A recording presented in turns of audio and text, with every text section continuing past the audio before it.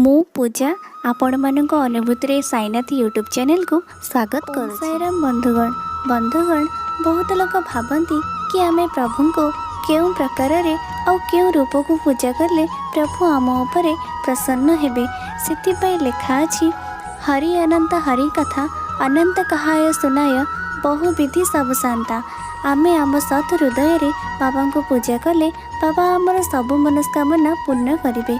बाबा कौनसी आडंबर चाहती नहीं, बास खाली आमे तांको सत हृदय रे और सत मन रे तांको प्रार्थना करिबा दरकार। बाबांकर जो सब पूजा विधि अच्छी आज मु एही वीडियो माध्यम रे गोटे उपाय आपन को कहिबी। बंधुगण आजिकल यही कलिजुग रे जी जो विकास क्षेत्र में अग्रसर होबाकू चाहूँगी आपण को बाधा दबाकू कहीं ना कहीं लोक अच्छी। आपण सत मार्ग रे गले भी आपण को रोकबाकू बहुत लोक चाहती, तो एथिपाई आपण काहारी मन रे दुख दियंतु नाही।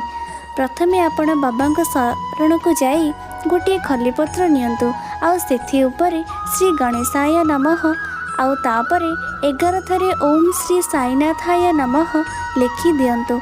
एहाको लिखिबा समय रे आपण नाली पेन रे ही लिखंतु एवं गुरुवार दिन एहा उपरे हलदी लगेई सेही पत्र को आपण आपणक पर्स रे रखंतु, नहीं तो घरर मुख्य कबाट उपरे आपण एहाको बांधी दियंतु आउ सेही पत्रर तले लिखंतु कि बाबा मोर घर को आपण रक्षा करंतु।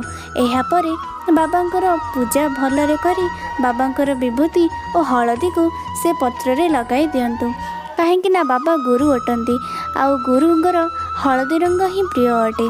एमिति करबा द्वारा समस्त प्रकारर नकारात्मक शक्ति आपणक ठारू और आपणक घर ठारू सबु दूरे जीव एवं आपणक जीवन रे खुशी भरी जीव।